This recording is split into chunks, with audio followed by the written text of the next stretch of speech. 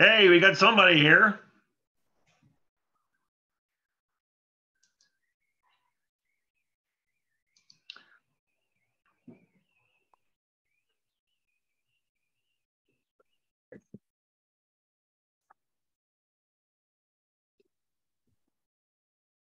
Okay, so we're now recording. We're officially going to start at 7:47, the Alternative Energy Committee meeting on January 12th, 2023. In accordance with Massachusetts legislation, we are allowed to do this by Zoom. And the requirement is if there's a vote, we'll need to do a roll call vote. Otherwise, we can have a nice conversation. Thank you, everybody, for joining, and thank you for your patience as we got up and running. So we're now operating. And the first thing on the agenda is welcome and introductions. I think we all know each other, so no need to go around and introduce ourselves. I will say that Ginny LeClaire was going to be joining us, but she had a medical issue and has a bandage on her forehead, and so asked that she join us in February. But she is now up and running at both Hingham and Cohasset in a sustainability coordinator role. And we look forward to working with her going forward. The next is the meeting minutes. Thank you, Debbie, as always. We will need to do the October meeting minutes. Again, we'll defer those until next month, but we do have the December meeting minutes to review and approve. So I'll let everybody take a moment to do that.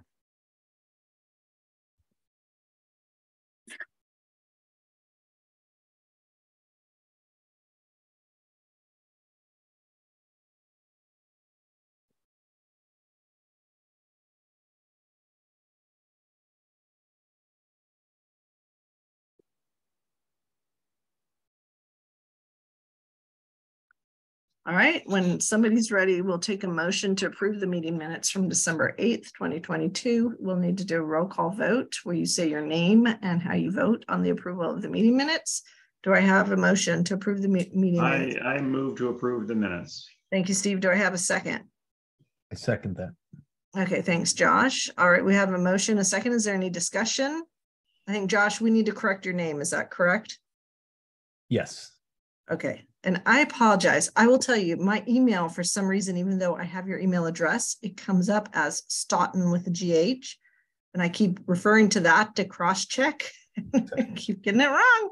So we will correct your name. So subject to correcting Josh's name, are there any other corrections or adjustments people would like? Did I miss that? Josh Staunton? What did Does you it say, well, trying to how put is it listed? Is it Staunton or Stoughton? On the minutes, it says it's correct. I think it's just your email, and I think you're checking Okay. your email spelled wrong. Okay, yeah. Okay, all right. So then no need to correct. Well, that's good news. Of course, Debbie, you should be sending out my emails as well to make sure that you're correct. But that is a commentary on Debbie Cook, everybody, for her amazing meeting minutes. Any other changes or adjustments? Okay, we have a motion. We have a second. No discussion. All in favor, roll call vote. Tanya Bodell, aye. Steve Winter, aye. Debbie Cook, aye. Josh Staunton, aye. Chris Adleifson, aye. Pat Gooding abstain. I wasn't there. Okay, very good. So the minutes are approved, and we will send those for posting. We have a special treat today. Steve Winter is going to, we talked about introducing the topic of the stretch code. Steve is going to give us an update based on what he knows. And we're looking to have a guest come and present to us more on what the recently approved at the state level net zero specialized stretch code looks like and entails. And then we as a group next February's meeting can talk about how we would like to proceed. So Steve, take it away. Can I share my screen? Yeah, well, the answer is yes, you can. The bigger question is, Okay. you have see my permission. screen? Good, perfect.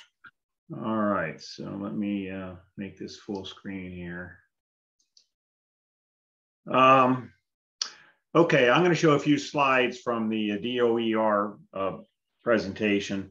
They took this around Massachusetts in November. I saw the presentation in Quincy. So I'm just going to show half a dozen slides here. So what we're talking about, wait, let me move it.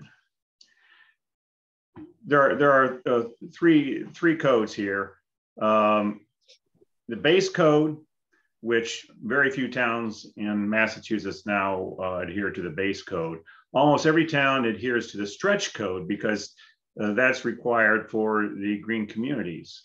And the stretch code has been updated, and towns don't need to do anything. They're obligated to obey the updated stretch code. But then they came out with an additional code called the specialized code or net zero code, which is more stringent than the updated stretch code.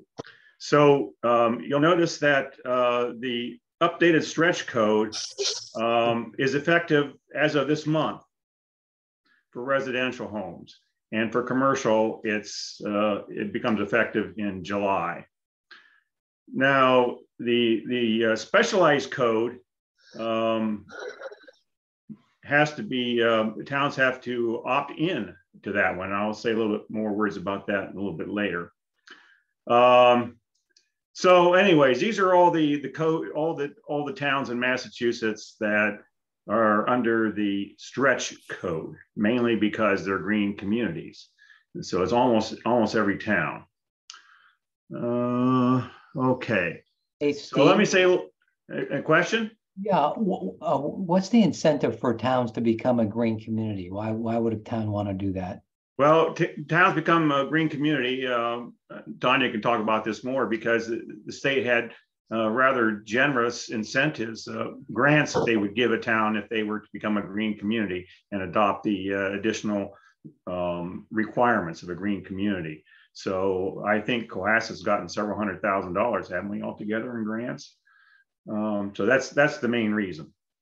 Grants for green activities. Yes, Yeah. The projects have to be approved by the state. Energy efficiency mainly. Mm-hmm. Okay, so I'll say a few words about the stretch code, the new stretch code before I talk about the specialized code. So the new stretch code, first of all, the old stretch code was just for new construction, and the revised stretch code is not just new construction, but also large additions and level 3 alterations over 1,000 square feet. So that's a big difference between the old stretch code and the new stretch code. Is the additions and level 3 alterations are included. Now, under the other change is that there's a slightly lower HERS rating for the the new stretch code. HERS stands for Home Energy Rating System. It's like it measures the energy loss of a home relative to a standard home. It's very complicated the way it's defined and the way you measure these things, but you can think of it as on a percentage scale. So a HERS rating of 50 or 50% would mean that the home loses half as much energy as the standard home. So the new stretch code has a slightly lower HERS rating than the old one, but it goes down for this year. This is effective as of January, but then next year the HERS rating takes a rather bigger drop, and I'll show that to you in a moment. Okay, and the other requirements is this new requirement has to be electric vehicle ready wiring and some heat energy recovery ventilation requirement. I don't know any details about that. But so they're putting in these two new requirements for new construction for the standard, for the stretch code that everybody who is a green community is obligated to follow. Okay. Some more details here on the new stretch code. Depending on what kind of heating system you have in your house, whether it's a mixed fuel, whether you have an oil or gas burner plus solar panels on your roof, or whether you're all electric and solar, you get a little bit different requirements. So this is the old code here, in effect from 2017 to 2022. And look at the HERS rating here. So the HERS rating for a mixed fuel home is 55. And it's just slightly more stringent under the new code. It's 52. But then a year and a half from now, on July 1st, 2024, the HERS rating drops to 42, which is a sizable drop. So keep that in mind, 42. I want you to remember that number 42, HERS rating, because that shows up in the specialized code also. So anyways, this summarizes the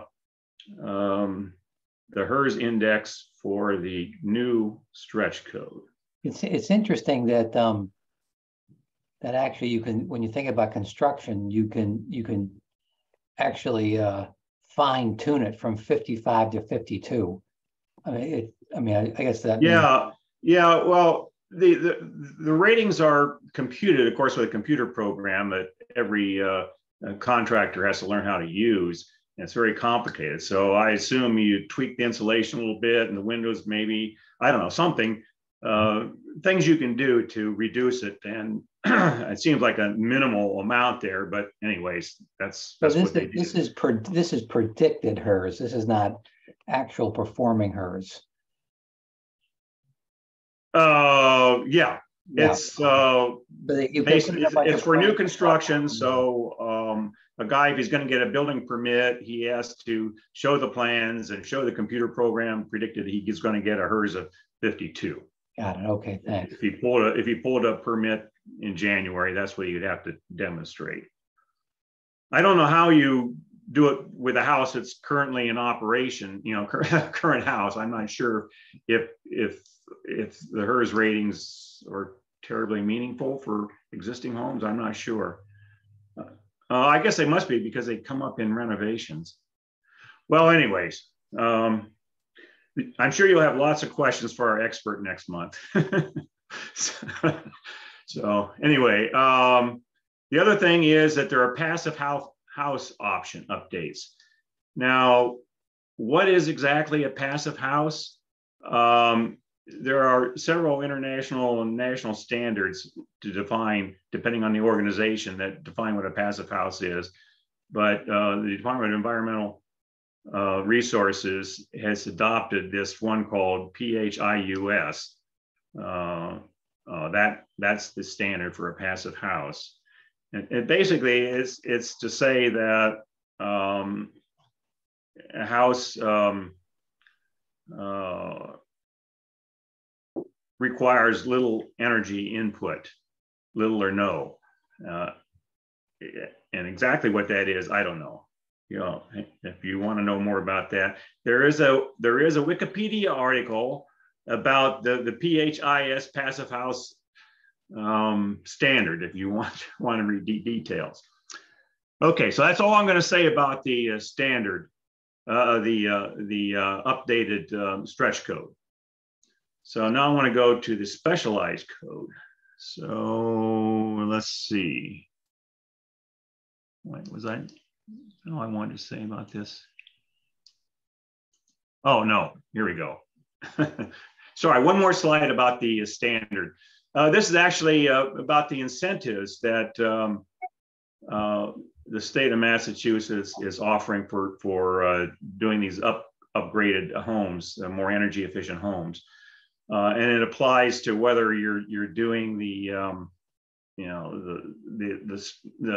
updated stretch code, or whether you're doing the it doesn't matter. These incentives are go with the equipment you put in, and don't really have that much to do with the code itself, I believe. So anyways, the DOER officials emphasize this several times here. They say that all electric homes are generally cheaper to build. One reason is because the same equipment is used both to heat and to cool. So you don't have to have a separate air conditioner from your heating system. It's one system, just depending on which direction you run it. And they say that they point out that not only are the all electric homes cheaper to build, but they're also considerably cheaper to operate. The electricity it takes to run them is less than the cost of the fossil fuel that it's replacing. Generally, that's what they say. I think we'll all want to learn a lot more about that. So what are the incentives? Well, for the electric incentives, you can get up to $15,000 if your building plan predicts a HERS of 45, and $25,000 for a HERS if your target is a HERS 35 and a passive house type of construction.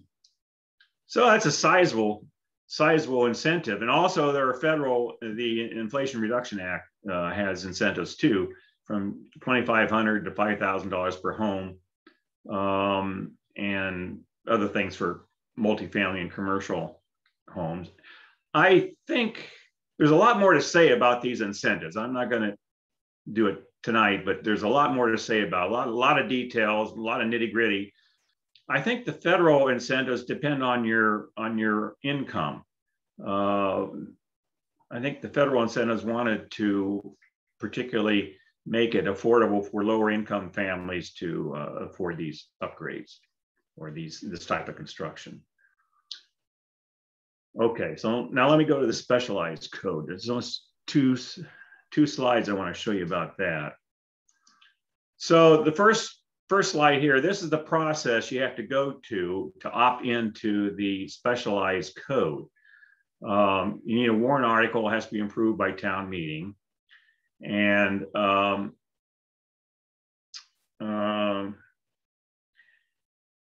I'm not quite sure why, but the DOER says that the program should start, the code should go into effect either on January 1st or July 1st. I'm not quite sure why that is, but they recommend that after the town passes the warrant article, that you allow 6 to 12 months before it becomes effective. And the reason for that is to give builders, contractors time to learn about it and become comfortable with it and feel familiar enough with it that they can actually bid on doing that kind of construction, because most contractors are not really up to speed on this. So it's going to take contractors time, and that's this 6 to 12 months is to allow them time to do that.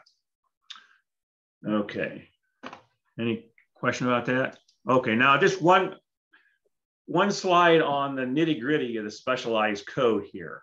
So the specialized code allows for three paths to net zero construction. First path is an all-electric with a HERS of 45. And remember that's one of the first slides I mentioned to you about the HERS. It was HERS 45 and HERS 42. that new homes, even under the current stretch code, will have to achieve in the middle of next year, by the middle of next year. So this is really not a stretch. This is no more than what the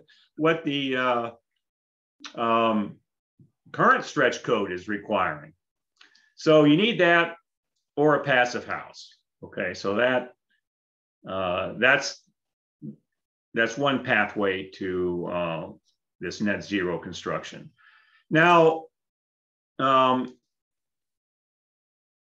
the DOE does allow mixed fuel construction. You can still put a gas or oil burner furnace in your house and have it satisfy the specialized code. And this is very controversial, and the climate organizations that I am associated with fought tooth and nail against that. We lost the battle, but I don't think it's such a bad thing anyways, because look what they require. If you're going to put a gas furnace in your house under the specialized code, that means you got to achieve a HERS rating of 42, a little bit more stringent than the all-electric house. But more importantly, they require you to put solar panels on your roof and that you're wired for all electric appliances, for all electric use. Now, what happens if your home is not appropriate for solar, so you can't put solar on there? If your roof or your exposure is not right for solar, well, then you would have to go to the passive house option and still have everything wired for electric. So that's the second pathway. And then the third pathway, the zero energy pathway, is a HERS of 0. Now, by the way, the HERS rating that they talk about here, for the most part, doesn't take into account any solar panels you put on your roof.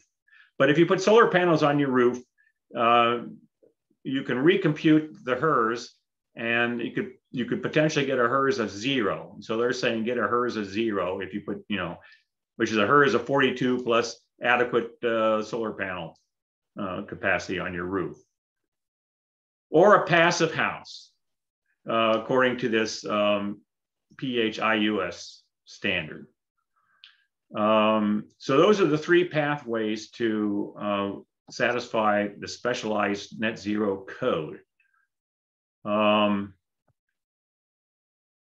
addition, they had this requirement that large new homes must use the all electric or zero energy pathway. You're not going to be allowed to put in any fossil fuel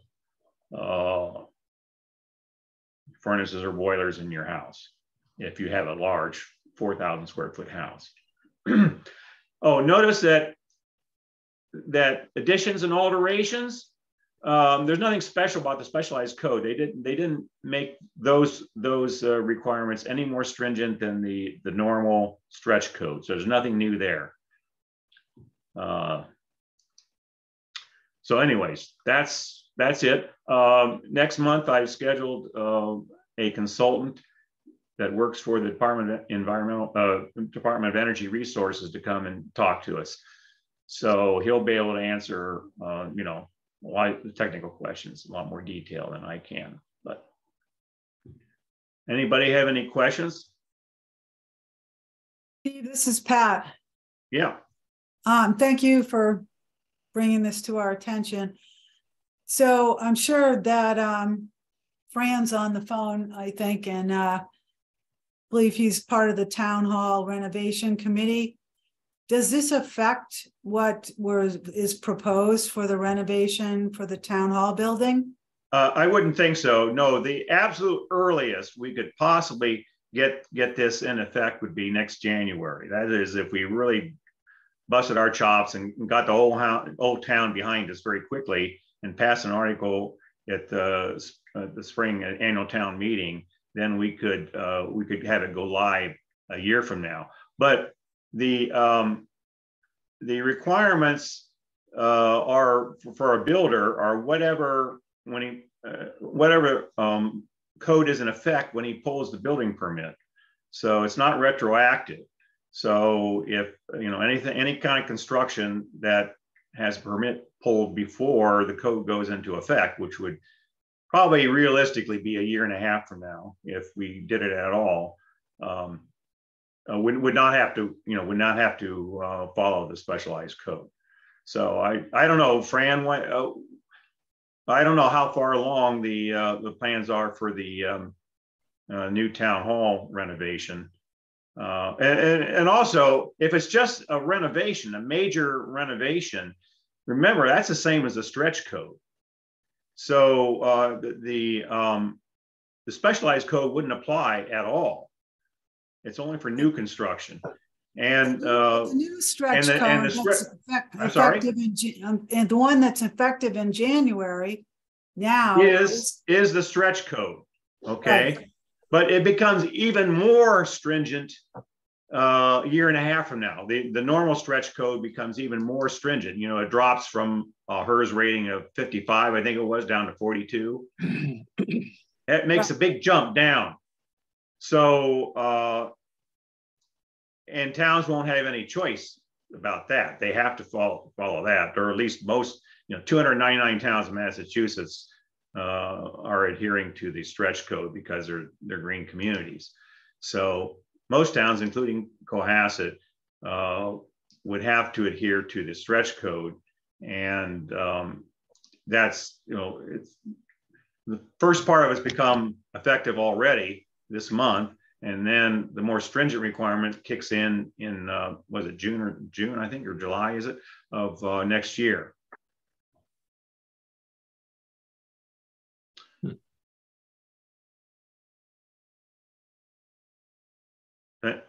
Any questions? Is that clear? This is very interesting, Steve. Thank you very much. Sure. Yeah, I'd really this. Okay, I'll stop sharing. It's nice to see Massachusetts sort of being thoughtful about this. It'll be interesting to see what communities sort of step up. Yeah, this has been under development for years, by the way.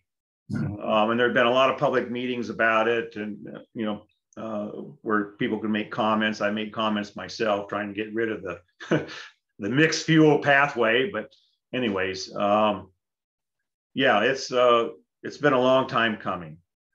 But I think it was good faith effort on everybody's part to got it to this point. Fran, do you have a question? Yeah, what's stretch code? That's got me puzzled. What does that mean? What are we stretching? Well, that's a stretch over the base code. I didn't emphasize the base code when I was talking here. Maybe I can go back and show you the base code. And that's federal, right? The base code is federal. I think, yeah, I think, let's see, where is? Yeah, it's right there, the IECC 2021. I was looking for it, yeah, but I don't see any details here. I can't tell you. There are only 52 communities in Massachusetts that are adhering to the base code. It's a little bit weaker than the stretch code, but not too much weaker. But then the stretch code is being updated to be a little bit more stringent, and especially next year, it'll be even more stringent. So the stretch code is really becoming a stretch, pulling away from the base code. That's my impression, but I can't give you any details. Hey, Steve, is this, where can I find this presentation? I'd like to look through the whole thing. Oh, just look on the, I'll look for a link here and put it in the chat later. If you could do that, Steve, and then Debbie, if you could include that in the minutes. Yeah. And we I guess, normally I would include the slides in the the minutes actually include the slides, but there's so many, I think we'll just include the link. Yeah, the whole presentation is 28 slides. And it's not a PowerPoint, it's a PDF. And you can download it if you wish. I'll post it. I'll put it in the chat. Okay, fabulous. Great, Steve, thank you so much. Sure. Okay, onto the data report. I am embarrassed. I just sent a response to Gordon Dean and Scott Kaplan, who wished us a happy new year, to ask for monthly updates on the solar so that it's just automated and we don't have to keep going after that. So I do not have an update on the solar energy array savings, but I'm anticipating that they're pretty significant given how expensive electricity is with the recent increases. And what's very interesting is the credit that we receive for that solar energy array is based on the default supply rate that National Grid charges and not the actual rate that we're paying. So the town currently is locked into a pretty sweet electricity rate with a competitive retailer, and we're not subject to those extreme prices that anybody who's not locked in are experiencing right now. And however, we're getting almost quadruple duty from our solar energy array as far as the savings that we're getting back. So it's a good news story. And I think reporting on those savings on a regular basis, especially for the next couple months, is going to be very powerful in helping us continue to pursue solar opportunities. Here. I think very exciting. Count the cash. Ka-ching, right? Ka-ching. And this is part of the reason why we have the credibility that we do and we get the respect that we do, even though we're just an advisory committee. I think we are one of the few committees that actually brings money into this town. So we'll just keep it going. Money and savings, revenue and savings. We'll just keep doing what we're doing. Josh, were you able to get anything on the charging stations? Oh, Tanya, I'm sorry to interrupt, but I just noticed that Michelle didn't give us a chat option here. So I'm going to email it. I'm going to email you. Okay. Yeah, there's. Right. Thank you. Yeah, I'll give you a quick update on this. So yeah, I passed on to Montana the login for this, and just so she could set up flex billing, so we can start doing the charging for all the energy that people are using at the stations. But December was a busy month, as you can see. A lot of sessions. Actually, October was a little bit higher, but from an energy standpoint, it was one of the highest in recent months. Maybe because people are doing shopping and stuff down in downtown or something. I'm not sure, but yeah, it was a lot of unique drivers, and as you can see, 7 megawatts. That's really about it. I'm not sure what else would be interesting for you guys to understand here. But... Well, Josh, yeah, just an anecdote. When I went to charge my car at the library on Tuesday, for the first time ever, all 4 ports were occupied. And then I went around to the other side of the building, to the playground side, and every four ports there were also being used. And then I went over to the town parking one, and 2 out of the 4 were being used. So that's the first time I've ever seen that much usage of at one time of the charging. I think that tells you how expensive everybody's home electricity is. Is it still free? Are we charging yet? Because it was still free when I was there on Tuesday. Yeah, I don't think the charging has begun. And it's curious how you said that, Steve, because people that I've talked about don't realize that in the back of the library that there are more chargers. So I'm surprised that those were all in use too. Well, some people knew about it. Yeah, I guess word's gotten around. Yep, had some good press on it, so that's pretty much it. Okay. Fran has a question. What are you doing? I notice average session length is 7 hours and 36 minutes. I can't believe it takes 7 hours and 36 minutes to charge your car. What are we doing to control the amount of time? I mean, somebody leaves the car and goes off for the day. I know you talked about that before, but is there any plans afoot to limit the number of time people can stay on the charger? There's a few options that you see. Yeah, it only takes 3 hours to charge, but they're on there for 7. But there's a few options from a billing standpoint. That's why the town needs to set up the billing. But there are options to get people for idle time, some additional charge if they stay an hour past the end of their charge or something.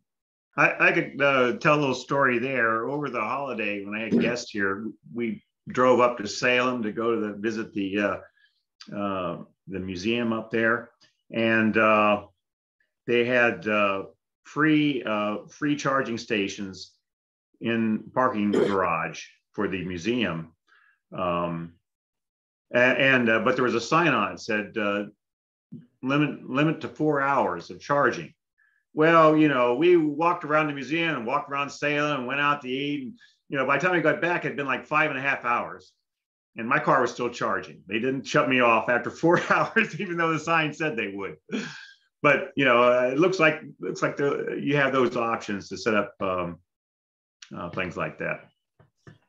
Yeah, one of the things we'd have to do is actually put up a sign notifying people that you'll get a, a fee if they stay there over the time limit and that sort of thing. And sort of do a soft rollout of, getting people to move off of the charger.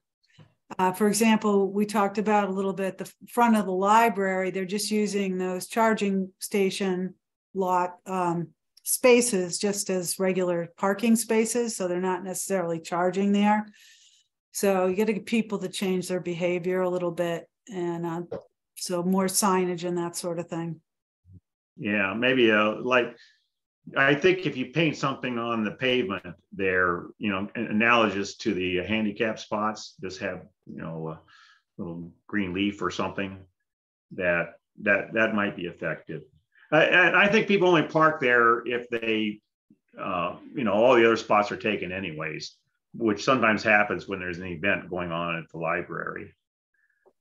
But generally, or some people, just for convenience, they'll just pull in there real quickly. They're just going to jump in and drop off a book and come right back out. It usually isn't much of a problem, but yeah, more could be done. Better signage would help. Can somebody remind me and maybe others sort of what we recommended in terms of charging rate at the time? Did we actually specify a rate, or we just say generally they ought to start charging? No, we actually have. I'm disappointed that the town hasn't started doing the charging. I'm not surprised, but I'm disappointed. The recommendation to the select board, which was approved, was that we start charging at 20 cents a kilowatt hour. That is not the price that Default Supply is currently charging, but we believe it's above the price that the town is currently paying with the competitive retailer that we have. And so the recommendation was to just start at 20 cents and see how demand was impacted. And we also suggested that there be penalty fees for people who are charging when they don't need to be charging, or who's sitting there plugged in when they don't need to be, when they're not charging. Mm-hmm. So that is what our recommendation was. It was approved by the select board. I'd have to check whether that was October or November. And it was not what I think Chris Senior and Michelle Leary were recommending. They thought we should just keep doing it for free. But again, I think we had credibility by going to the select board and recommending the charging and explaining the logic behind why. It's probably like 15-20 grand a year based on the high market. Yeah, it used to be 600 a month. Now it's potentially it's growing. And that was our whole, we had to do it for free for 1 year to get the subsidies. And now it's costly. Not only costly, but these things have a shelf life of about 3 years. So we have to think about replacement costs for those chargers. And also the maintenance is expensive, even if you try to do a simple maintenance on it. So I think Michelle is a real advocate for, trying to charge a competitive rate, but I think we sort of dialed it back a little bit just to make it a little bit more palatable to go from free to, what the prevailing rate is. But the other thing this reminds me of, Tanya, is I know when we were speaking with Matt Parent from Marshfield, he mentioned that all of the sort of energy initiatives, the money that they saved, or I won't call them profits because they're not necessarily profits, but that was rolled back into an account that could be then reused for purposes of greater energy efficiency for the town. Did we ever find out how they did that accounting? Did you ever get back to you? Okay. Yeah, we've figured out 3 different ways to do it under municipal law.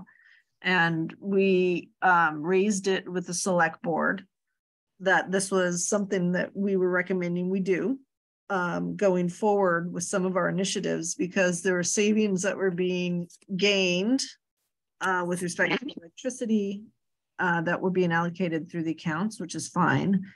but that we're now starting to get into initiatives that could have revenue coming in. And the revenue could be put into a special revenue fund for purposes of maintenance and replacement, things like that. I did not understand the reluctance by some to do that, because I did have some people seem to be interested in that. It'd be maybe interesting to see what the advisory committee would think about this approach. And then there were others who did not seem excited about it. And I couldn't figure it out until I realized that those who are not excited about it like to have those savings and those revenues for their own purposes, right? I mean, it's just part of the budget process. And if we strip that out, the argument is, oh, it's not that much right now, Tanya, we don't need to do that. But my point was, well, we've got a lot more opportunity, and there's a money machine going on right now with respect to the Inflation Reduction Act that we want to go after. But you can imagine, right? What we're trying to do is strip out specific savings and specific revenues that are being generated by initiatives that we're creating so as to fund maintenance, replacement, and other initiatives. And that could be perceived as a money grab, even though that's not how we were proposing it. Yeah, that's too bad. I mean, I think we were trying to propose it just for good hygiene, municipal hygiene. Fran. Once again, from the advisory board, why would we charge less at a public charging facility than the homeowner would be paying at his own home? I think was it about 26 cents a kilowatt hour now? What? No, it's 38. I don't want to go use the cheap charging thing. I don't see why there should be a free lunch for charging your electric vehicles on the town's budget. I mean, we need the money same as everybody else. No, and this was our recommendation, Fran. We totally agree with you. Yeah. And this committee recommended to the select board, and the select board agreed and approved by vote that the town should exercise their ability under these charging stations to start charging for electricity. Our recommendation was come in with 20 cents per kilowatt hour, because we don't know what the elasticity of demand is. So if we went from free to 20 cents, we don't know if it's going to suddenly drop off, right? Is that going to shoot ourselves in the foot? The other thing we know is that the town is currently getting competitive supply at a price that's below 20 cents. So we'd still be covering our costs. What you're raising is the substitute cost, right? Which is the next best alternative for the person who would be charging. And that would be go to a default supply price, which some people are paying and some people are not. So we came in to say, look, let's at least for now charge 20 cents. Let's see what happens to the demand and at least start covering the cost to the town. That was our recommendation. That was what was approved. And then once we got information back on how the demand responded to the pricing, we could then contemplate whether or not we tied it to the default supply price or the town's price plus something as an adder for the capital replacement. Let's do a quick focus group of one. Steve, if you had to pay the same in town as you pay at home, would you go into town to charge your car? Oh, you're muted. Sorry, probably not. Except the chargers in town are level 2 chargers, and at home I just have a level 1 charger, so it would be faster to charge in town. I would like to point out, though, that the aggregation price for electricity is around 17 cents. Is that right, Debbie? Which is less than what the town is paying, what the town of Cohasset, the municipality, is paying now. And, hopefully most residents in town are going to be paying 17 cents soon. Well, but that's just for the supply side. That's not. Oh, that's right. That's right. Yeah, yeah. So we always have to remember the distribution too. Yes. Yeah. Sorry. Well, I think my point is that the public charging facilities are a convenience. They shouldn't be the end all be all. So I'm just going to drive downtown and have a cup of coffee and charge my car or my truck. So it is a convenience, and you have to pay for convenience. Fran, we totally agree. This committee made the recommendation to start charging, and I think it was at least 2 months ago, possibly 3 months ago. I have to go check. And that still has not, and the select board agreed, and that still has not been implemented. In regards to charging the equal amount, though, it's like, the town has a vested interest in all the business. You said you're going to go down there and have a cup of coffee. Well, then you just help that business downtown by coming down and charging your car. So yeah. I think there is a benefit to getting people into town. I mean, that's a great point. And if you can do that without subsidizing, I mean, essentially charge a little bit more about what the town's paying, and it can be a win all the way around. People pay less than they would have paid at home. Town businesses would make money, and the town would make just a little bit of margin on the electricity. Yeah, I mean, the Peabody Essex Museum got us to go to Salem for a little free electricity. We paid what, $30 a head for to get in the museum, so they made some money from us.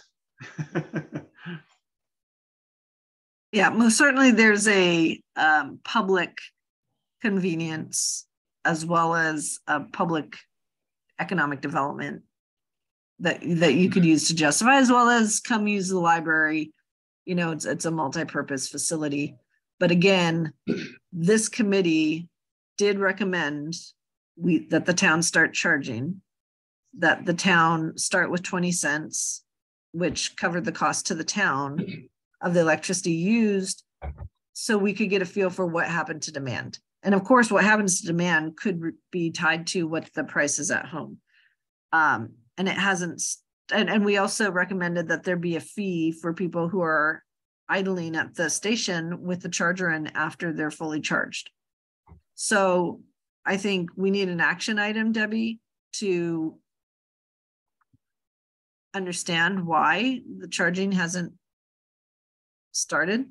And that I can reach out to Corey, who's our liaison on the select board, and let him know that their recommendation and vote has not been implemented. Okay.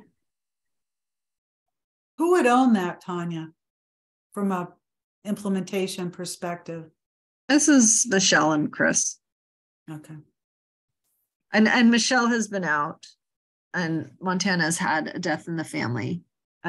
So there's, life happens, and the town council, who we've been asking to review contracts for us, we now have 3 contracts in the queue, one of which is now a year since we submitted it and said, could you please review that? They obviously were focused on other issues, but as much as I try to practice patience, I'm starting to lose it.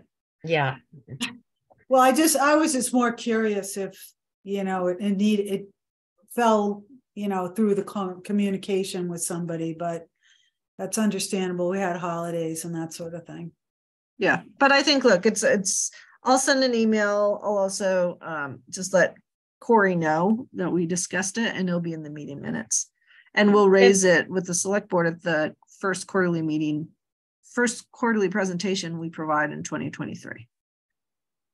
Could I say I am concerned to Pat's point about sort of the future of the charging stations and the fact that there is a sort of a lifespan of them, and I feel like maybe we should either have like a little subcommittee or something to look into alternatives about whether the town wants to be in the charging business, or, find a company. I've mentioned this before, but I think that's something to be proactive about too. Whether we want to find see about maybe getting a company to, lease the space and manage for us, because I do think the charging technology is going to change, and I think we're going to end up with some white elephants. So I think we need to figure out the strategy, and especially when things start breaking down, and who's going to pay for that and all of that. So it seems like that it should happen. And so I am suggesting that maybe we set up a small committee to look into this and make recommendations for in the future, just as a proactive approach. Okay, so I think we don't have on the agenda this as a vote. So I'd prefer to put it on the agenda so that we can vote on it, but I'm happy to put this on for the February meeting, Yeah, if that's okay. But I think we generally create subcommittees by vote. And I think this is I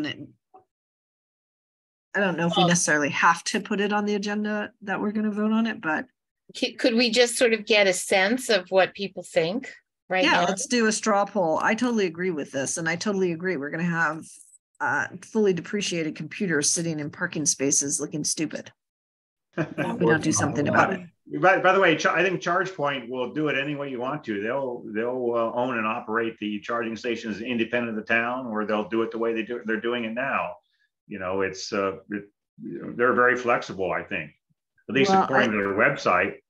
I think it depends, Steve. The problem is if we can't make it work financially, and we did the numbers and Chris did the numbers, if we can't charge a price that's competitive and rational and reasonable to be able to recover the costs, and if demand has other substitutes, we could try to charge a price that could recover the cost and not. And if we as a town can't recover the cost for a capital replacement, a private company is probably unable to do it as well. So I'm not convinced there's a private solution, but there may be. And I think we need to be cognizant of this. This is an issue that we have become aware of, and why wait for it to become a problem? Tanya, is there some, first of all, Debbie, I think that's a great idea. And second of all, I wonder if the IRA has money to sort of just replace all our chargers.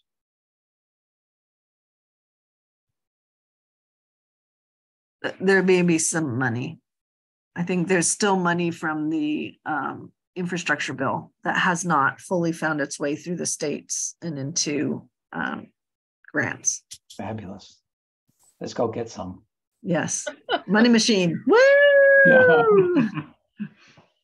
Debbie, I agree with you. Maybe we should make an action item to just say, go out and take a look at what's available for the next steps for this, to, you know, subcommittee or not, but just to come up with some options for the next meeting.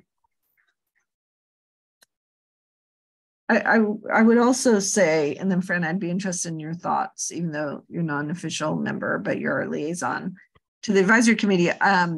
If we do create that type of subcommittee to focus on EV charging stations, I think they also could be a liaison to the emergency response team in Cohasset, who is looking at working with the schools to do the bus depots and set them up as part of a backup power play for emergency response, as well as for the schools and the school buses.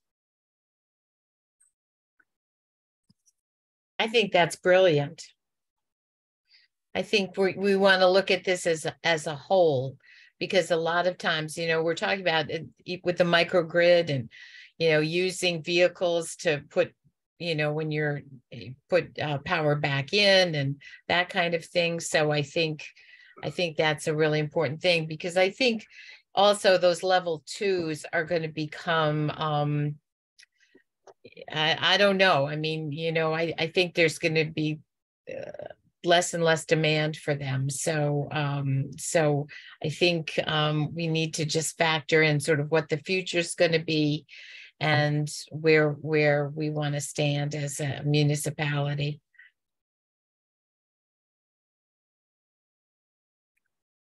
So I would recommend that we talk about setting up a little subcommittee, because I think this is going to take, you know, a fair amount of research and time. So did you say they have 3-year lifespan and they've been around for what, a couple of years? That's what Michelle mentioned, because the ones behind Town Hall they looked into them, they're not working, and to replace them was a very costly endeavor. So, and they were about 3.5 years old, I think. I would hope that ChargePoint has a whole bunch of templates and models, and it can really give us some very fast insight on this, since and help us with the economic modeling. rather than sort of inventing it from scratch. But Debbie, I think that's a great task for the committee for setting up. I agree. Okay, so it sounds like from a straw poll perspective, there's almost unanimous support. So why don't we put on the agenda for a vote in February? And if there is any exploratory work that anybody would like to do in advance to come to the committee as part of the information, they most certainly could do that. Who has who sort of manages the relationship with ChargePoint? Right now, that's Michelle Leary. And is there someone in the committee who has a relationship with him too? Just have access to the website, but I've called into them before, and just talking about the flex billing, but you need to be authorized to really do some of those things. But that's the town. Can I jump in again for a second here? The town put those in as a convenience and as an incentive for people to buy electric cars, and so they can plug them in. Makes it handy. The town doesn't own gas stations.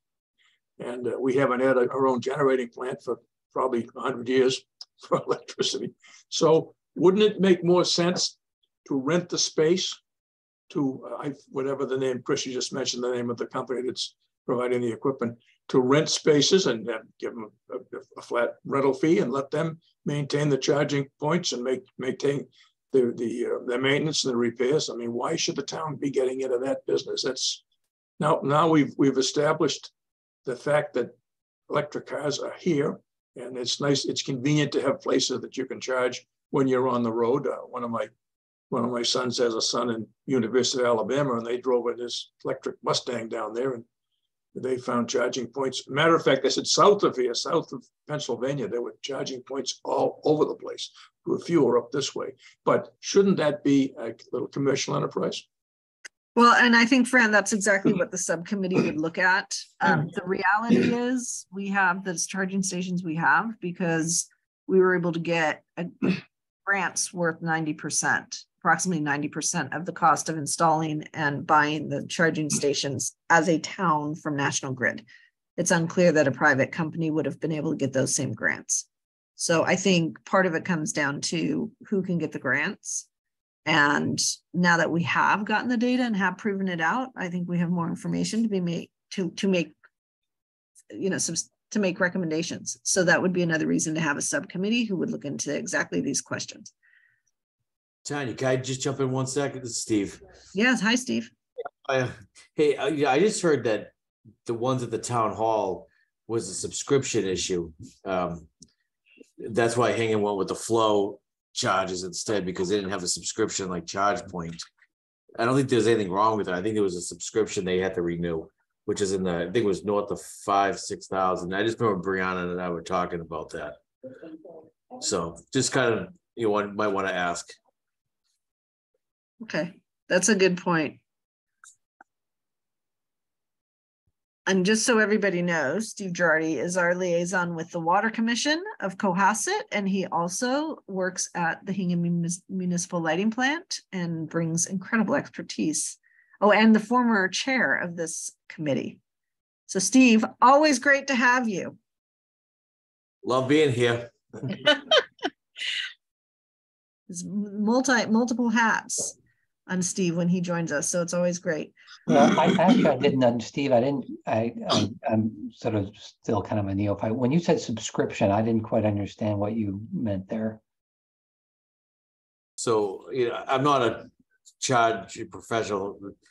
Brianna, who used to be energy coordinator for Cohasset, who works for the Hingham Municipal Light Plant, when we were looking at flow charging stations for Hingham, she had mentioned the town hall and ChargePoint has a subscription, which could be 5-6 years, which would make sense because they were installed in 2016, if I remember correctly. So I think so every so many years you have to renew their subscription, which includes all the data, your dashboards.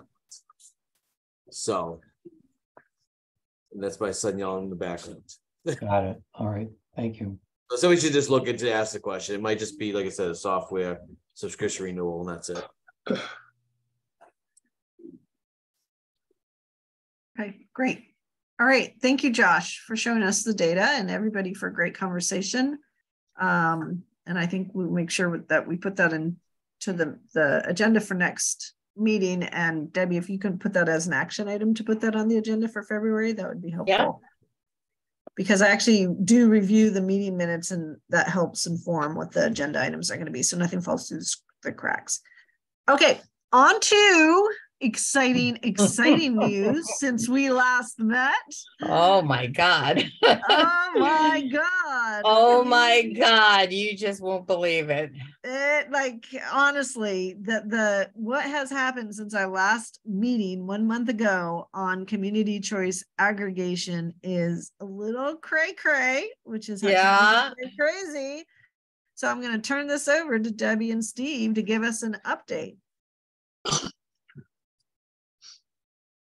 So, Steve, I'll let Debbie take charge here. all right. Well, to fill you in, after our last meeting, we got the bids, and they, they were accepted literally right before Christmas. I mean, the timing was so awful. And when we talk about the planning for the marketing and all of that kind of stuff, everything happened so fast. And as you know, Tanya, we had, to wait to go to the select board to sort of, get the approval to be able to work on this. But the bids are incredible. And I'm going to show you some materials that we've been working with Good Energy about. I will say there's, in the aggregation, they call us the DPU 6, the 6 towns that have gotten approved at the same time. And we just learned that Fitchburg also is going to be joining us, I think, but they're on a little different track. But anyway, so the DPU 6 is, we've been meeting, we've had some different meetings, and because Cohasset's been so proactive and working with Good Energy so much, I think, Steve, it's fair to say that most of the things that have been produced have been because Steve and, we've been so proactive about this and urging for these things. So if I could share my screen, I will show you some of the things that we've created. And before I do, the letter is going out tomorrow. The letter that we were supposed to have 30 days to warn people about is going out tomorrow. It blows my mind. So we've been working, with Justin, Steve and I have been talking daily. We've had meetings. We've bugged the heck out of him. The poor guy, he's been the point of contact on this, on all of the chaos going on in town. And I think he's like up to his eyeballs, but anyway, so we did the best we could. And I'm really sorry. Our marketing plan is. Well, but let's be clear, Debbie, the marketing plan has been approved by the DPU down to the details about what the card looks like, what it says, when it gets sent out. So what you're talking about is our efforts above and beyond the requisite marketing, right, to try to get the word out as much as possible. Right. I don't want to say we're overachieving here, because I've been accused of being an overachiever, but everything that's required according to the DPU, and that is part of the reason why it was delayed, is on time, on track going forward. But I have to push back a little bit on that. That's not quite true. Okay, why not? There are several pages of requirements in the plan that the DPU approved. The plan is like. Let me just stop you right long. here, Steve. Let me just stop you right here, because if we're not following that plan, and somebody in a public meeting were to say that, it would be grounds for us having the whole process revoked. So just be aware. Okay, of what the potential implications are. Right. No, I mean, I'll shut up. We are meeting all of the deadlines, and Justin has, I don't, you know, I mean, we've had emails go out and you know, we've been doing, we are on track, but unfortunately, the over and above things that we had hoped to do internally in Cohasset to get people to really, you know, get excited and you know, basically opt up, because it's only a penny more to opt up per kilowatt hour to get 100% renewable. We wanted to really work on that, but that is going to happen. I mean, we are, and if I could show you what we've done, what we've got going, it's been almost daily, right, Steve? Daily conversations, daily Okay. working on this. So Debbie, I think you can share your screen. There's permission Okay. for everybody. Okay, so let me, okay. Let's see. I'll just say that I saw it before. I wasn't at the meeting last month, and I saw it posted online. So you guys must be doing something right. Well, we're trying. Yeah, they sent out that email. It didn't, the link in the email didn't work because I think they had like www.electricity.cohasset.org instead of HTTPS. Well, they had to take down the link because people were trying to sign up. So anyway, if I could show you, I've never done this kind of thing before where I pull things off from a live email. So hopefully this works. This was our suggestion. We've also, as I said, worked with the 6 towns because we're trying to be as efficient as possible. So we have a QR code that's going to take people straight to the Good Energy website, because going through the town was very, you know, onerous, and a lot of times it was hard to find this. So we have this QR code, and then we have, this is something that they created, you know, that we can be using for sales material. Okay, this is one of the things that I'm really excited about. If I don't know if I can make this smaller. Let me get it smaller. Okay, so they actually had this grid on the web page, but Steve and I've been working with Good Energy to get this to be changed, and I think it's far better than it was. So basically, this is sort of a way to really show people, you know, what the Cohasset standard at the 16.7, the Cohasset Plus 17.8, which is the 100% renewable, and then the basic, which is 60. You could see they're like a penny apart. So we've been working to make this a lot better, and to add, you know, that they have to select these options. This is going to change by tomorrow, this part right here, because they couldn't put the actual, you know, how to do it, because people were trying to do it already. So we're hoping to use this everywhere, right, Steve? I mean, this is one of the things that we feel is very clear on the things we're going to hand out. Okay, then there's contract summary. This is the envelope that's going to go out for the opt-out. This is what's coming tomorrow. It's going to go out tomorrow. Okay, and then this is the actual reply card, and these are all mandated. This is absolutely mandated by the DPU. It's all, every bit of it is approved by the DPU. Okay, so this is a postcard that Justin made for us, and Steve and I've been going all around town putting posters up. I don't think I've got the poster in this though, do I, Steve? But I don't know if you've seen it. We have posters that we've been putting all over town, and so far it's appeared in the town e-news several times. It's been in the Anchor. We've put posters around town, and we were supposed to have a meeting today with Justin to talk about the community meetings that are going to follow in about a week or so. Well, they're going to be pushed off now, but till probably mid and late January, where we're going to have community meetings. But anyway, this is the press release that Good Energy created, and that's been publicized, you know, in a number of places. You probably have seen it. You all are on the town e-news, right? And Yep. do you all get that? Yep. Yep. Okay. Do you get it? Do you all get it? At the town emails from Justin? I don't. I'm very embarrassed to say I'm going to put that on my to-do list. Yeah, because you have to opt in for those.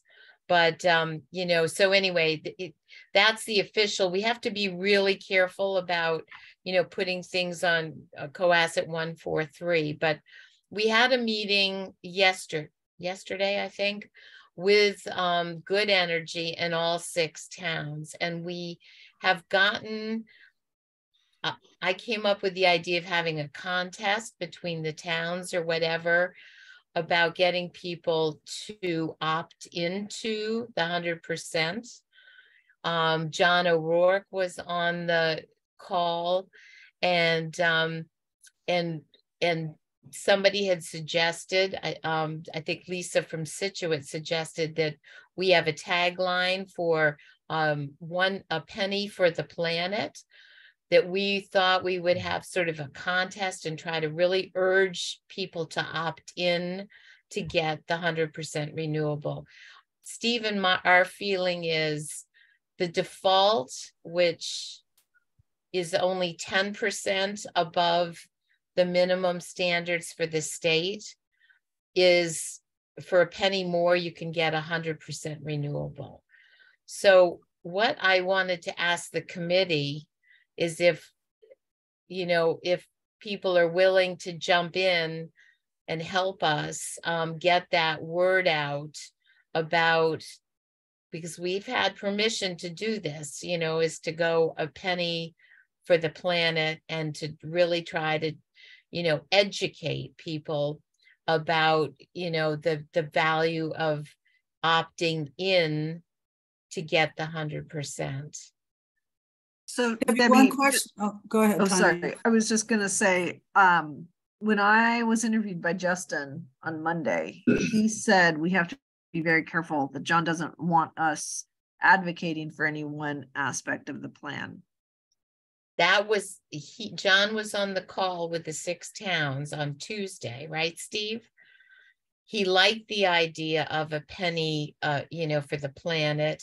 He said that was okay. We got an email yesterday from Gary at Good Energy, who is going to work on sort of a fun little contest between the towns, which will allow us to have a little fun with promoting a penny for the planet for the opt-up.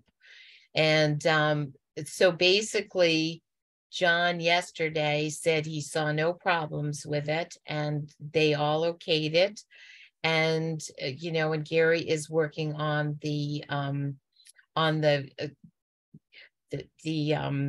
contest. But you know, it's obviously the contest will be something like a plaque for the town that has the most opt-ups or something like that.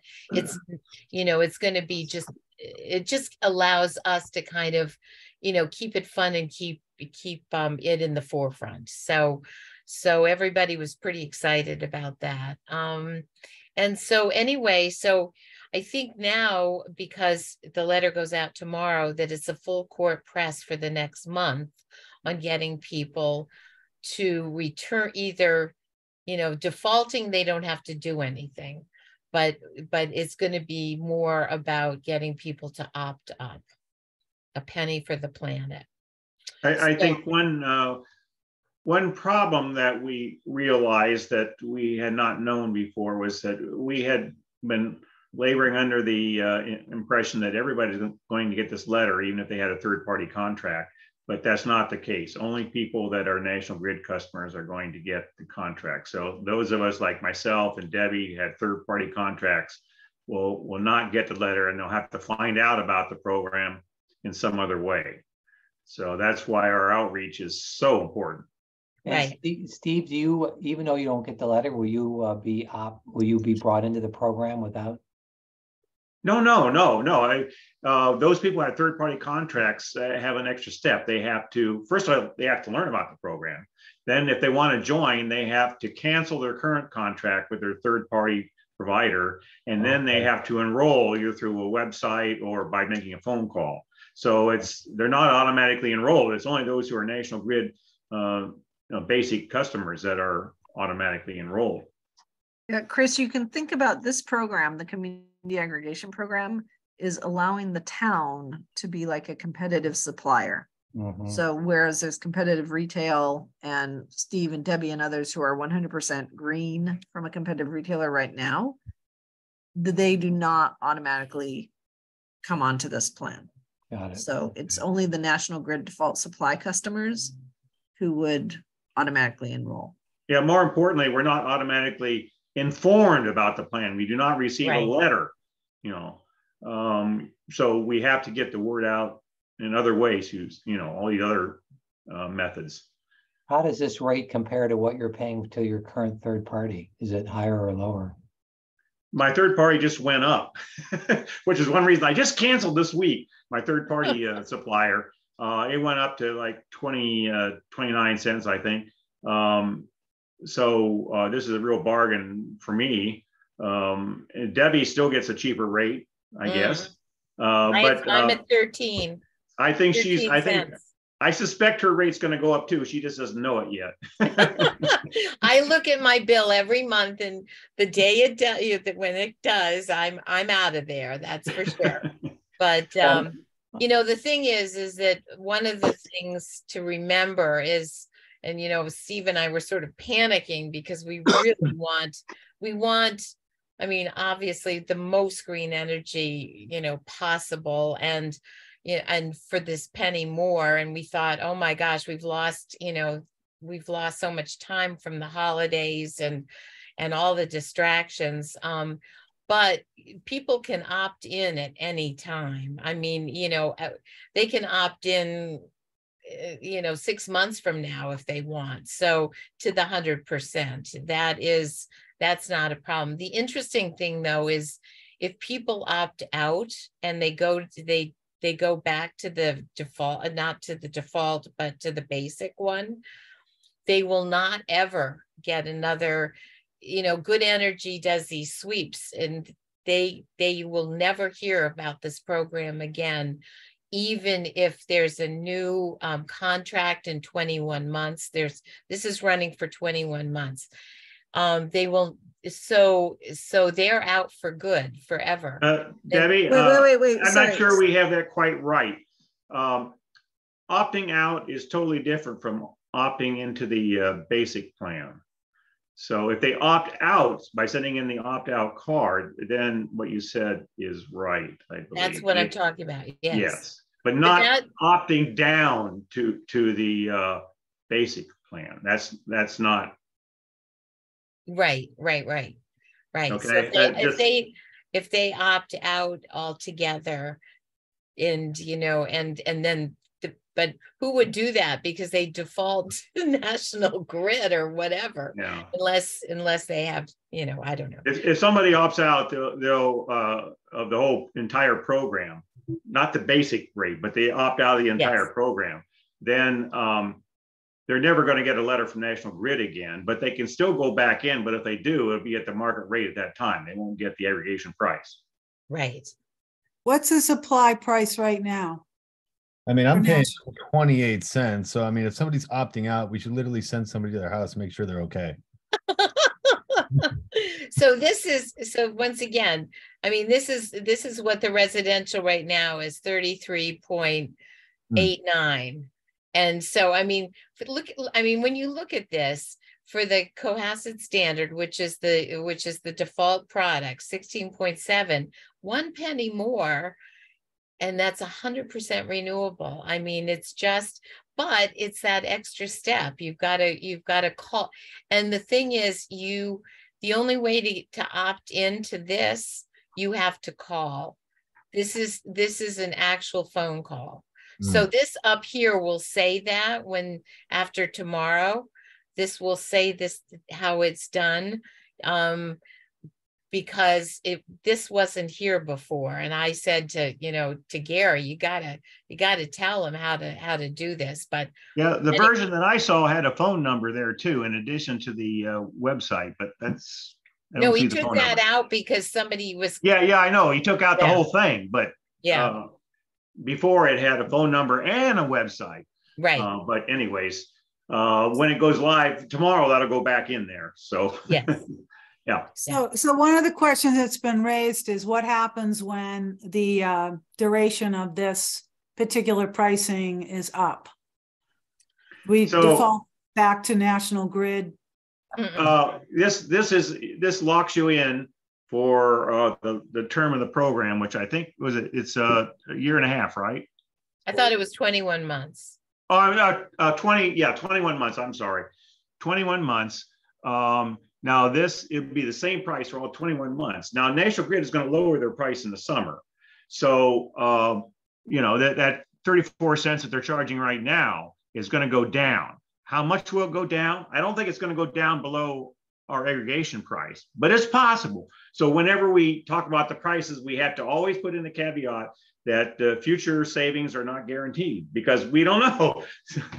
National Grid could suddenly decide to slash their prices down to rock bottom below the aggregation price. That's possible. If they do that and people want to get out of the program, they certainly can. They can opt out at any time with no penalty. They won't be able to opt back in. So right. Be aware. National Grid changes their default supply price every 6 months.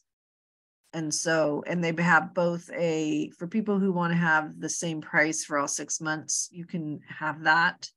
If you want to just float whatever the rate is, it's a different rate each month. And so I think I was trying to look and check. We need to make sure that this is correct, that the rate is truly the 6-month rate. That just might be the December rate. The fact that Josh said he's paying 29 cents worries me. We just need to be correct. But Steve, it is very I think it goes through March. I think the National Grid rate isn't that right, Debbie? Tanya, down here under duration, they had this rate under National Grid November 2022 to April 2023. I know that's what they have, and I think we just need to make sure that that's correct, because that might. Well, I'm sure Good Energy. I mean, this is what they're given to all the towns. This is this came straight away from them. So right. But I guess the point is the May through October price will be lower. I can 100% guarantee you it will be lower. Yes, of course, it will be lower. I mean, it's a You'll know that. That's why we have to say that future savings are not guaranteed. So right. I just looked at my bill. It's 33,891, which is right. But I think the previous bill was like 26 and change. But when you add up all the distribution charges, right now it's like 48 cents altogether. But this is not replacing the distribution charges. This is just the supply. Right. I looked at my summer bill. It was in around 16 cents. That was just yeah, and traditional and historically prices have been much lower, right? So the summer pricing, when you don't have this huge, I mean, we don't know, but it's, even if it goes to historical rates for the summer, this still offers people the savings for March and April plus a hedge for next winter. And the question is, do we anticipate prices are going to change significantly next winter when you still have sanctions and high demand globally for natural gas? So again, we can't say it's guaranteed savings. I think what we can say, it's guaranteed savings for March and April, and you have a choice. Right. A choice that gives you a low cost for 100% renewable energy, a choice for higher renewable than you get off of National Grid. I think Steve and I don't think we're talking about trying to, I think that's why I like this chart so much, because this is sort of like, you make your decision, the National Grid Basic Service will change. This is what you're going to get for 21 months on the Cohasset Community Electricity, those 3 options. And, and people can decide for themselves what works. What I want to concentrate on within this thing, as I've, said ad nauseum, is that penny a planet. If they like this section right here, for a penny more, to take that extra step. And that's the main thing. And that's where, all of you could come in and talk it up to everybody, every group you're in, take this to them and, and basically say, definitely consider this. So I don't know if we could fan out and, Steve and I've talked about going to senior lunches and all different, old goats and all different groups and talking about this to get people to opt up. Fran? My last bill was 29 cents basically. That was the total supply services. Is this 17.8 cents? Is that going to be total supply services? Yes. Okay, so that covers distribution charge, transition. No. When you said supply services, I thought you were talking about the supply side, not the distribution. Okay. It's not that your whole bill, the total was what? The basic service. The basic service fix was 28.9999929 cents. 29 cents a kilowatt hour. I wonder why you get a better deal than I do, Fran. We live practically next door to. I'm older. Fran, do you have a competitive retailer? Does it say? With National Grid. I know National Grid is sending the bill, but does it indicate you have a different supplier? Nope. Supplier National Grid. Wow. So everything added up comes to 29 cents a kilowatt hour. Well, are you adding up the front page or the little bit on the back page? No, I'm doing this. What they give you. Can you see it? Yeah. Yeah, that's the front. The front is the delivery services. The back is where the supply services are. That's what we're talking about. The back. Okay. Oh yeah, 33.891. You're right. Yeah. Yeah. Well, that's what I'm showing you. I think it was lower in November. Are you looking at November or December? This was right. This was November through November. Yep. Yeah. I have the rates right now. I don't know, Debbie, if you're done with your showing off. I'll bug off here. So I'll just pull this up. This is from online. So what this shows you is a residential rate. Yep. And you have a choice with National Grid. You can either have a single rate for the 6 months or you can have a monthly rate. So for people who did not choose the fixed rate right now, in December, they're paying 35.959, January 40.5. And even in March and April, the savings are still significant, but not 33.891. It's 25.248 and 29.773. So it's still a good deal compared to where prices have been this winter. But if you look at the summer months, May through October, what you see is last summer it was at around 11.5. Yeah. Right. Before that summer before was 9.7.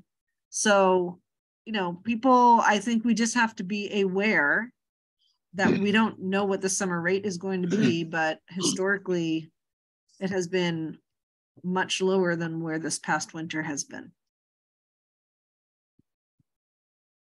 Debbie, I'm just curious, not that this is kind of maybe a difficult thing to answer, but does Good Energy ever give you sort of a range of the average kilowatt hours for a residential use?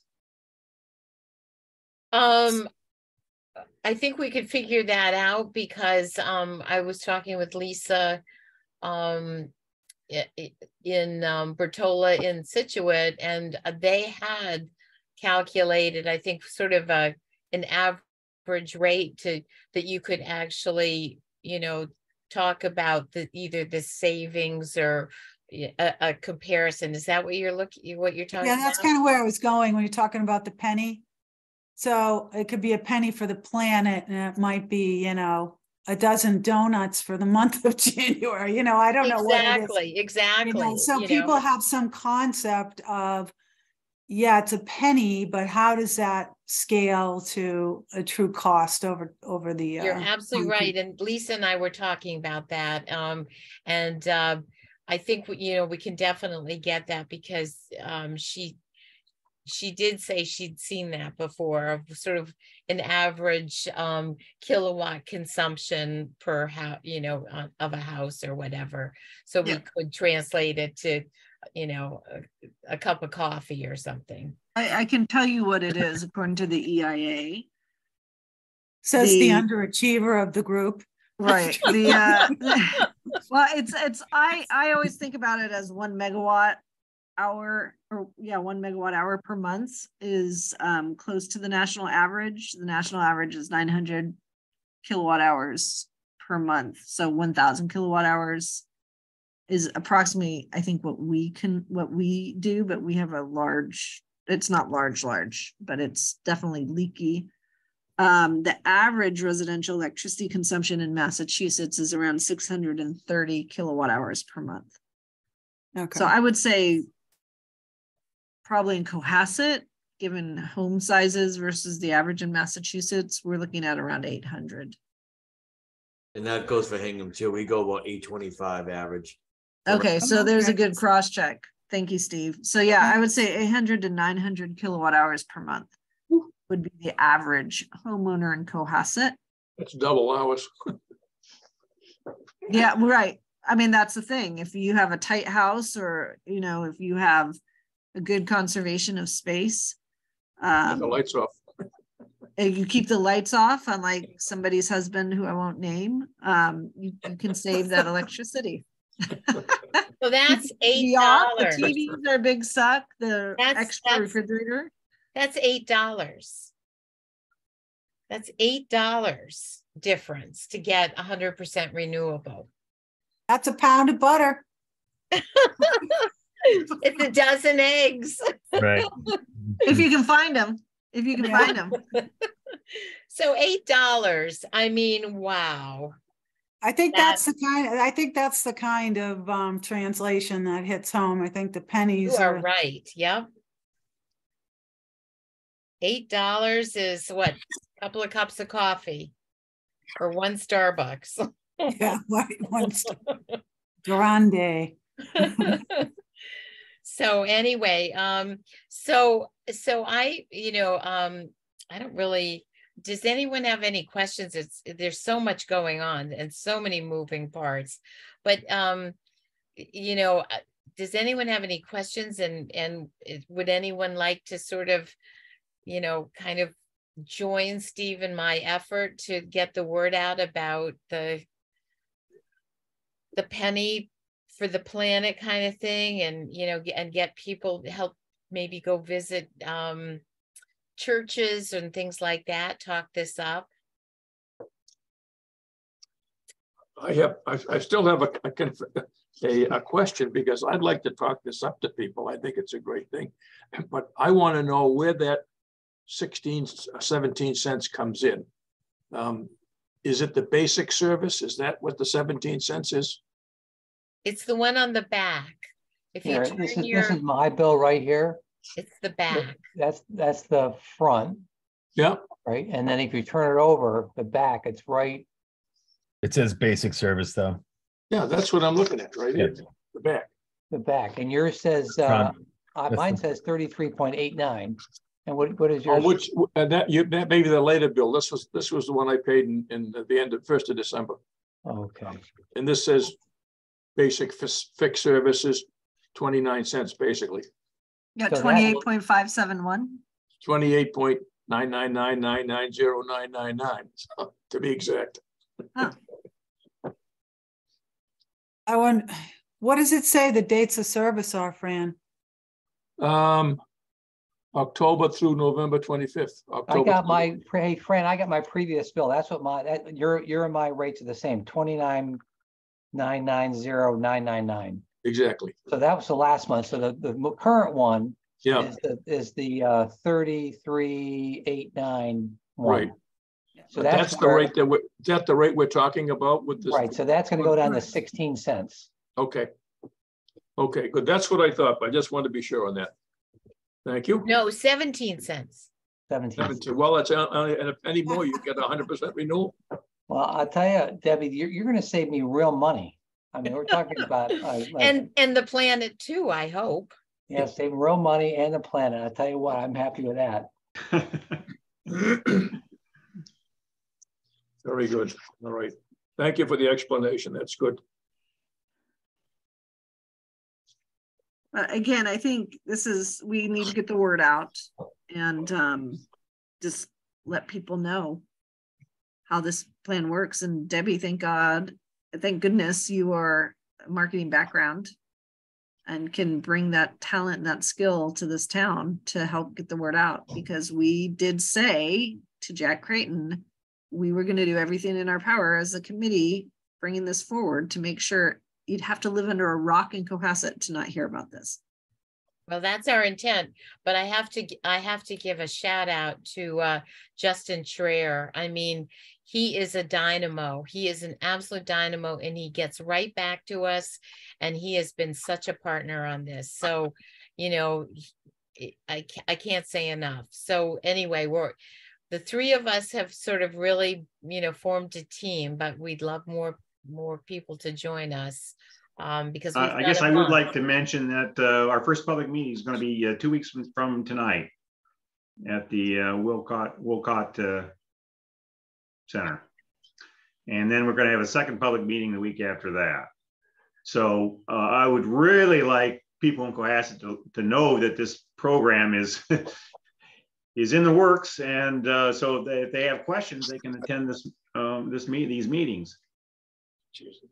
Well, and the other thing is, you don't want people to just throw the letter away. That's the main thing. We've got to, you know, really get them to,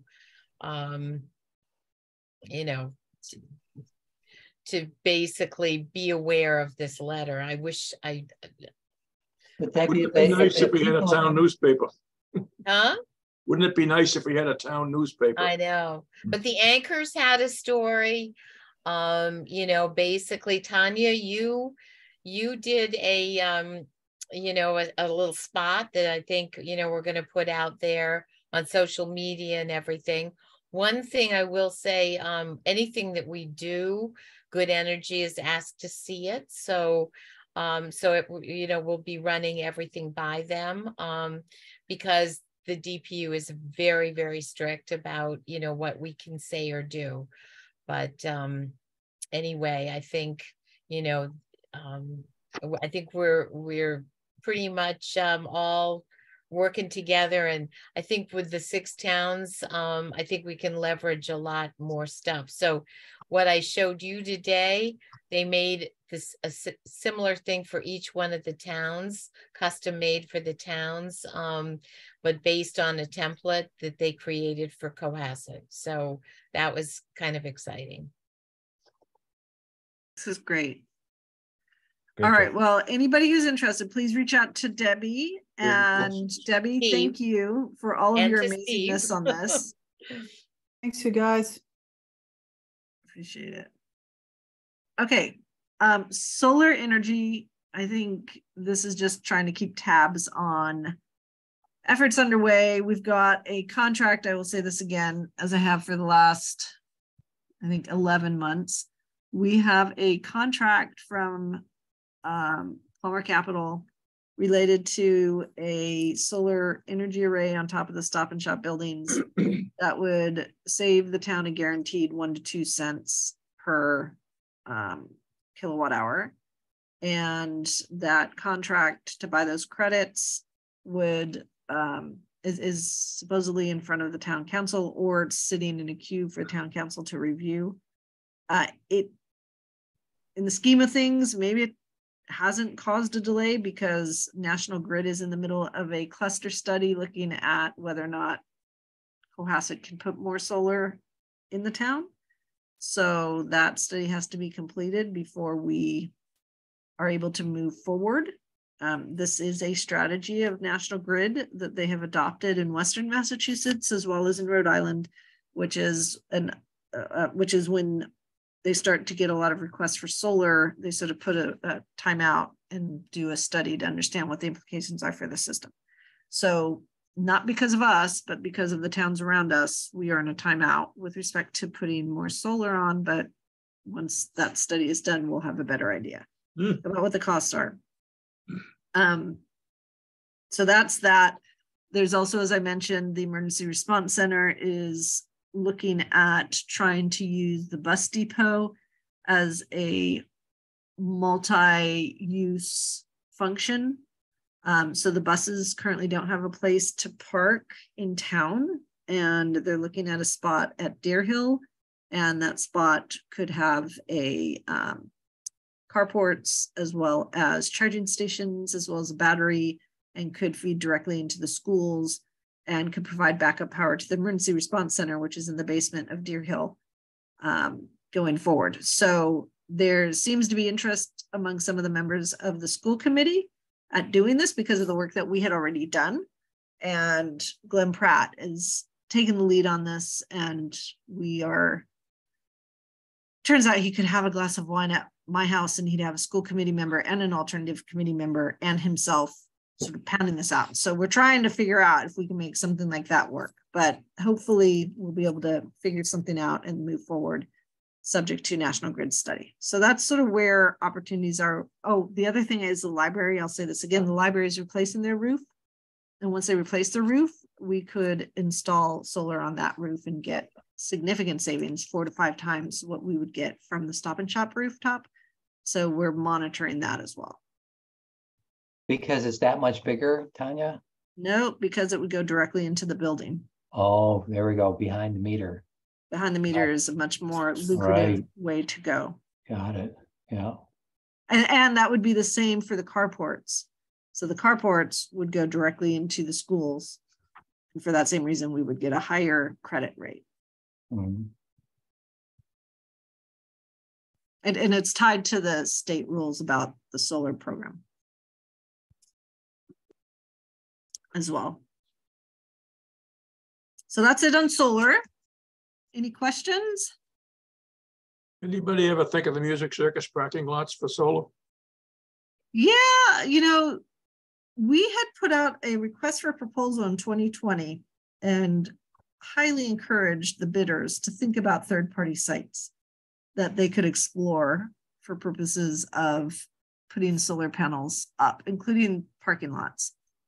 That ended up not being, for some reason they didn't, I don't know if they just didn't explore that, but that's a third-party site, privately owned, so they would have to take the initiative. But in that case, same as the Stop and Shop building, if the town bought the credits off of that, it'd be a 1 to 2 cent per kilowatt hour benefit. Okay. I mean, we have enough usage and we have enough, most certainly it's about the dollar value. We have enough electricity costs that we could absorb as much solar as we can take, even if it's just a 1 to 2 cent per kilowatt hour credit. And what we have developed as a committee is a plan that first it would go to the usage that impacts the most people in town. So the most people in town get the benefit. And then as we start filling up some of those accounts, we could then move it to the Water Commission, move it to the Sewer Commission as well. So they could get the lower price benefits as we fill up our dance card.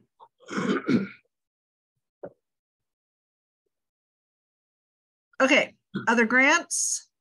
Batteries for Harborview, that would be in the category of a contract that's been sitting in the queue to get reviewed by town council for 6 months now. We are at risk of losing that. And So don't could I know. continue to just ping, Yes, that's right, Chris. You've taken this on, so be as Well, much of a yeah. pest as you can. so my role is just to be a pest. Okay, got it. Just make them aware. I mean, we bring this up to the select board every time. We raise it with Michelle. We raise it every meeting. We got Montana on it. It's like pushing string that's stuck in molasses. And I'm I mean, bored. remind me, That's so what Michelle or Chris needs to do is simply, what's the next step? I think they just need to give, if they haven't already, and I'm sure I don't know, but they may not have, give it to town council and say, this is a priority. Could you please review this and give us your comments? And it's a contract. Yep, Hmm. it's a contract for the credits. That basically right now, as it's written, it basically says we would get a guaranteed locked in discount of 1.25 cents per kilowatt hour. So if the credit price is 14 cents, we pay 12.75 cents.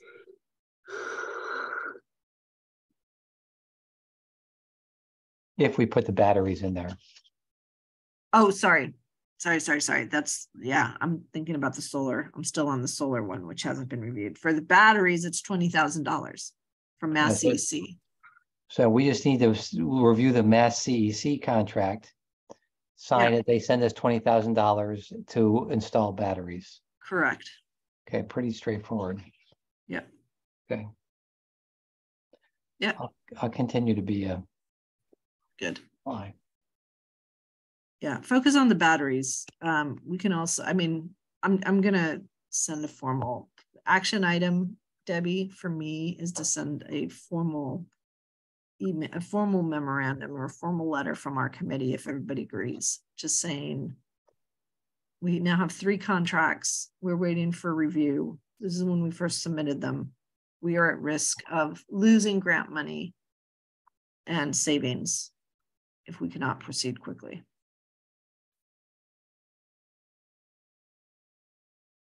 Electric school bus grant update. That's So the 3rd now, contract. who is Yeah. that letter to be addressed to? I think Michelle and Chris.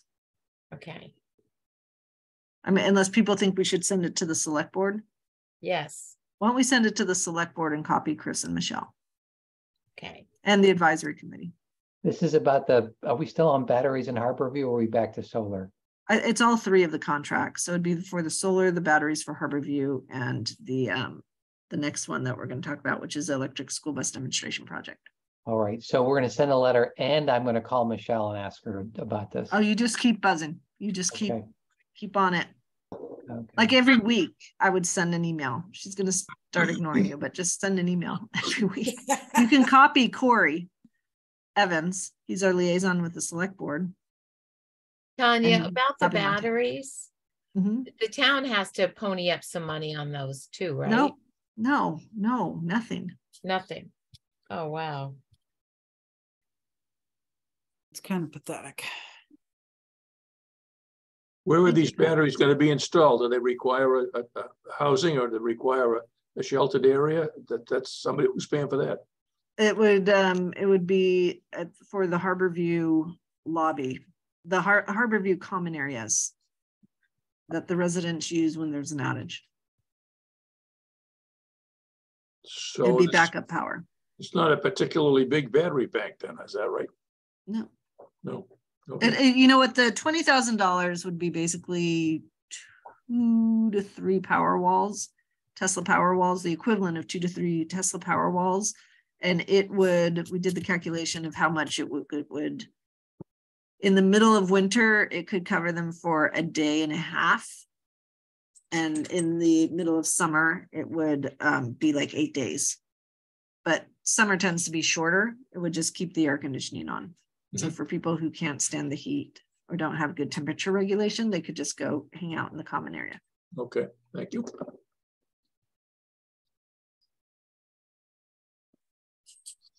Okay, it's getting late, so I want to have us keep going through. National Grid Fleet Assessment Update. We don't have one yet. I've asked Montana for this.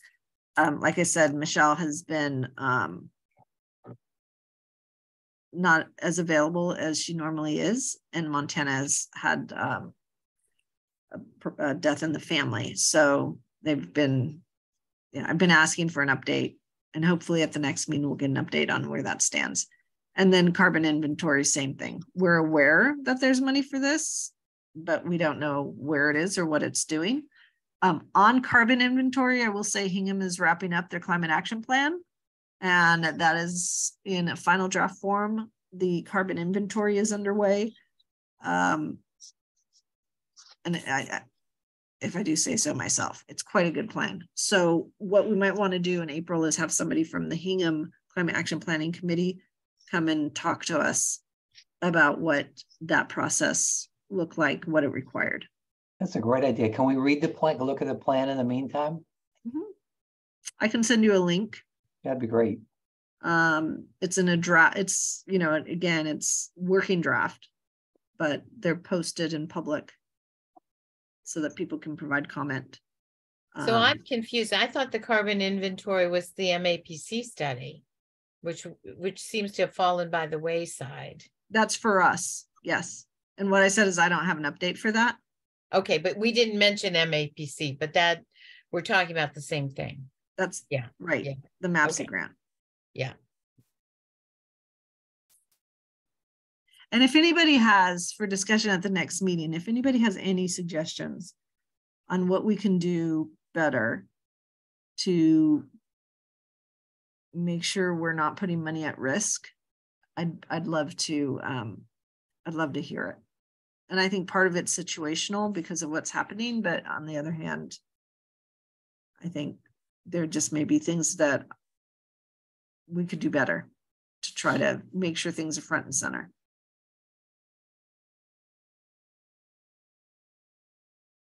Okay, matters not reasonably known in advance. Does anybody have a matter not reasonably known in advance? And that would be something that has come up in the last 48 hours that would have precluded us from putting it on the agenda for discussion. Or a suggestion for what we might want to put on the agenda for discussion at our next meeting. Are we going to have Ginny LeClaire come and speak about her role next time? Is that what you said?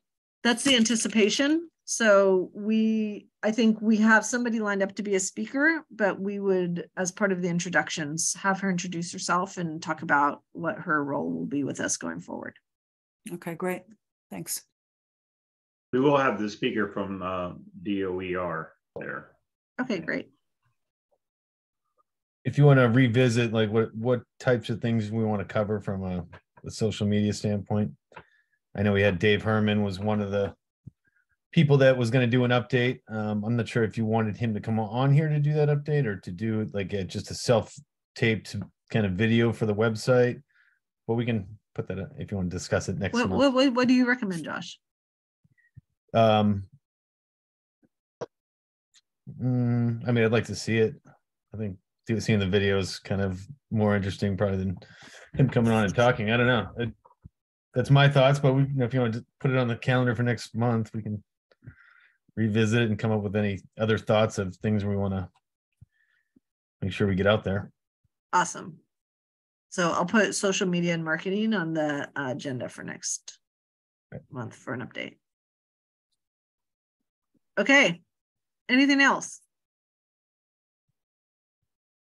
All right. Thank you, everybody, again, for your 2 hours of time. We do get a lot done for a committee that has monthly meetings, and that's because of all the hard work that you all do. So thank you for your passion and your enthusiasm. And Fran, it's always great to have you participating as our liaison to the advisory committee. Thank you for joining us. And Steve, same thing, given all of your multiple hats, you're an incredibly valuable part of our team. And we appreciate it when you are able to attend as well. So Happy New Year, everybody, 2023.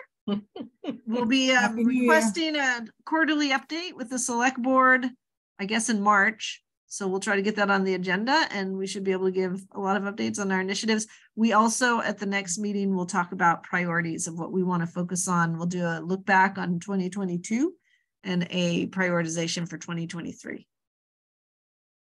Great. Somebody has to make a motion. Motion to adjourn.